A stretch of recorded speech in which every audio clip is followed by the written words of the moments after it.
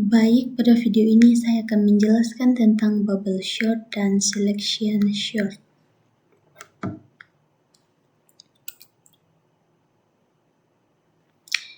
Yang pertama itu bubble sort.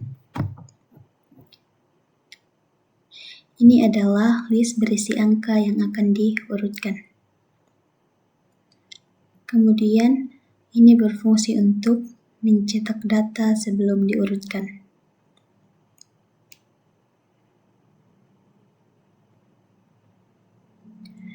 Kemudian pada program ini digunakan untuk looping pertama, mengulangi proses pengurutan beberapa kali, banyaknya iterasi sama dengan banyaknya data. Kemudian pada bagian program ini digunakan untuk looping kedua, untuk membandingkan data yang ada di sebelahnya. Fungsi ini digunakan untuk agar elemen akhir tidak ikut dicek lagi karena sudah berada di posisi yang benar. Kemudian membandingkan elemen berurutan.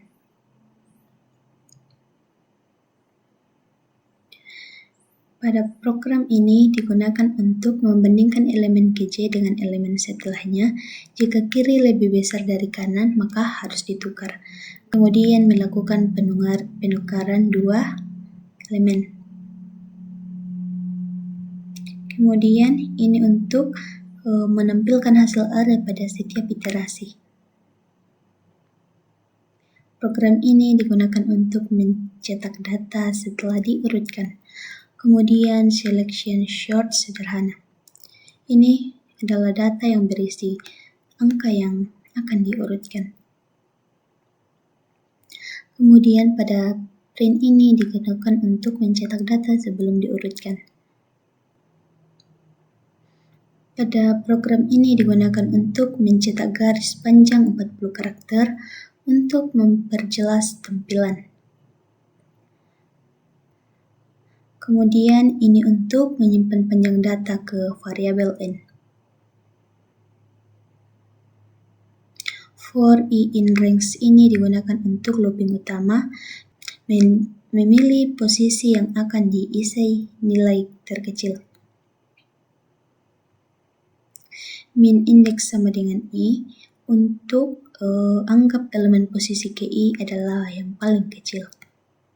Kemudian mencari nilai terkecil di sisa array. Nah, pada program ini digunakan untuk mencari indeks nilai terkecil dari posisi kiri berikutnya sampai akhir. Di sini digunakan untuk mencari indeks nilai terkecil dari posisi berikutnya sampai ke akhir.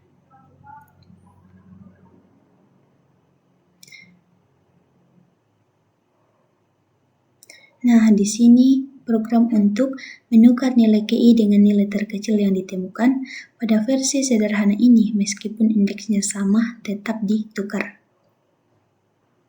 Kemudian, print ini digunakan untuk mencetak hasil per iterasi.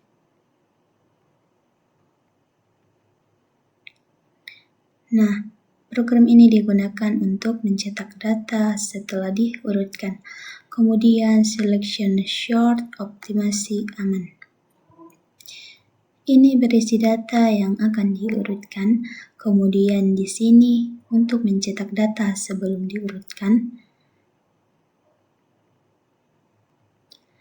Nah, pada program ini digunakan untuk iterasi cukup sampai indeks ke n sampai 2 karena indeks terakhir otomatis sudah benar. Terus cari indeks nilai terkecil.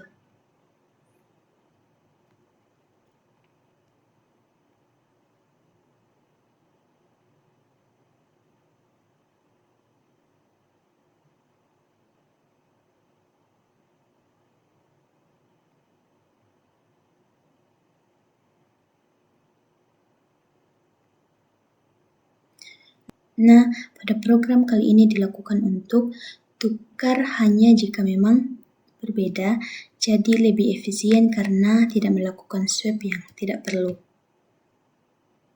Kemudian ini dilakukan untuk menampilkan hasil tiap iterasi. Kemudian terakhir, print ini digunakan untuk mencetak data setelah diurutkan.